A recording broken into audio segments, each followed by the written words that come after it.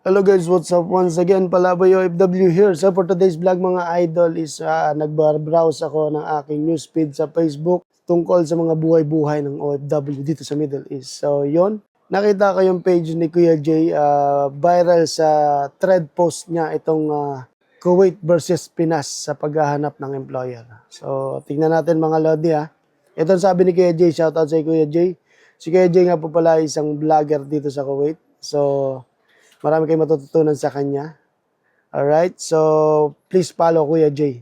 So, itong nasa thread niya. Then, pag-usapan natin ano talaga yung mga katotohanang nagaganap sa buhay ng mga Pilipino bilang OFW at saka mga naghahanap ng trabaho sa Pinas. Kuwait versus Pinas, naghahanap ng work. Sa Pinas, step 1, exam. Step 2, final interview. Yun, grabing struggle tong mga pinagdadaanan nating mga Pilipino. Halos lahat naman yata ng mga kababayan nating OFW na experience to. No? Then, step 3, second interview. Yan, parang may panel-panel pang nalalaman yan. Talagang sasalain ka eh. Then, step 4, final interview. Ayan yung sumasalang na sa mga ano na yun eh. Mga general manager, lahat ng general nakakausapin ka. Yung talagang kikilatisin kang mabuti mga lods. Tapos, after nun, tatawagan ka na lang. Pag naswertehan, may job offer. Pag di natanggap, mamumuti mata mo kakaantay sa tawag na yan. Ayan, pag-usapan muna natin yung sa job hiring sa Pinas. No? Ayan yung kadalasang mga na-experience natin. No? Steps by steps. So, na-realize ko rin, no, kaya nangyayari yun dahil maraming kompetensya sa Pilipinas. No? Napakaraming empleyado na naghahanap ng trabaho. Kaya siguro nangyayari yan dahil sa, siyempre, isa kang company, isa kang employer sa Pinas.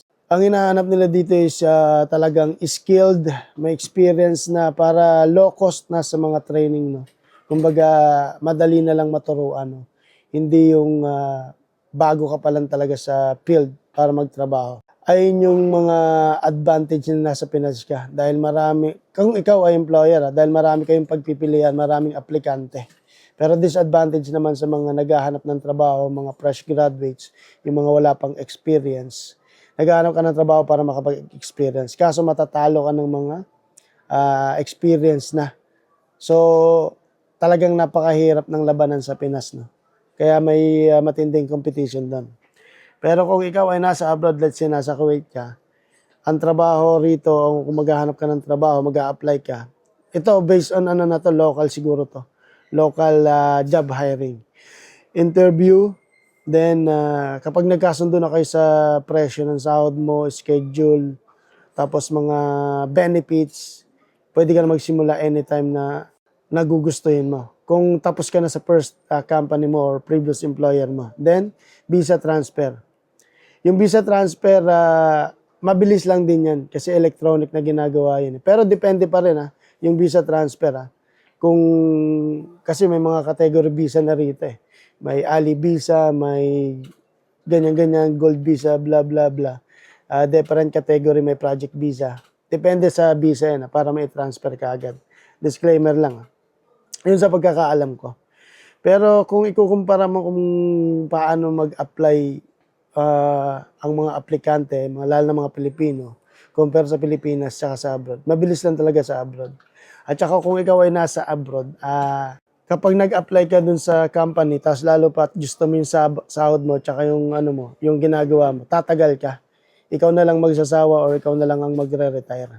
Kasi dito sa abroad, kapag na-hire ka, tapos gusto mo yung trabaho, hindi ka naaalis. So, kasi ayaw ng employer dito na papalit-palit ng mga empleyado kasi mahal yung cost ng pag-hire ng empleyado, lalo na kung manggagaling sa Pilipinas. So, kaya hanggat maaari na i-keep nila yung employee na yon, basta gumagawa ng tama at ginagawa yung trabaho ng tama, hindi ka aalisin. At hindi ka rin aalis, syempre gusto mo yung sahod, di ba? Kaya malaking diferensya yung pag-a-apply ng Pilipinas at sa abroad. Pero depende pa rin yun kasi sa Pilipinas talagang napakaraming kompetensya kaya nangyayari yun. Hindi natin sinasabi na talagang ayaw nila na mag-hire kasi mas maraming kompetensya sa Pilipinas. Siyempre, employer ka, hire mo na yung for practical system, 'di ba? So hinahire nila yung mas experience para mas less gastos at saka less turo, less training. Kumbaga common sense na lang yung gagamitin, 'di ba? Dito sa abroad madali lang kasi kulang yung tao dito eh. Limitado yung workforce nila. Kaya mabilis silang mag-hire. Agawan. Agawan yung mga employer dito. So, ganun pa man, mas prefer ko siyempre sa abroad. Mas pangmatagalan. Yun, para sa akin naman yung mga nag-experience ko bilang empleyado sa Pilipinas sa job hiring, no? Medyo may konting discrimination tsaka ah, palakasan system. No? May backer-backer na tinatawag dyan. Eh. Ayun yung mahirap dyan sa Pilipinas. Pero hindi natin masisisi kasi ganun na yung naging sistema. Kaya naisipan kong lumabas. Aside from sa ganyang sistema, yung sahod, hindi naman sapat para sa, lalo yung mga nakapag-aral talaga, no? Yung gumastos sa kolehiyo, tapos pupunta ka lang sa minimum wage earner, parehas lang kayo ng kinikita ng hindi na nakapagtapos pero skilled. Mas malulupit pa yung hindi nakagraduate pero skilled. Ayun lang talaga nagiging pangit na katotohanan sa Pilipinas, no. So, yun lang mga lods, pero ganun pa man, nasa atin pa rin, no. Kanya-kanya pa rin choice yan kung gusto mo mag-stay sa Pilipinas or gusto mo pumunta abroad. So, yun lang pala, OFW. And mabuhay mga idol.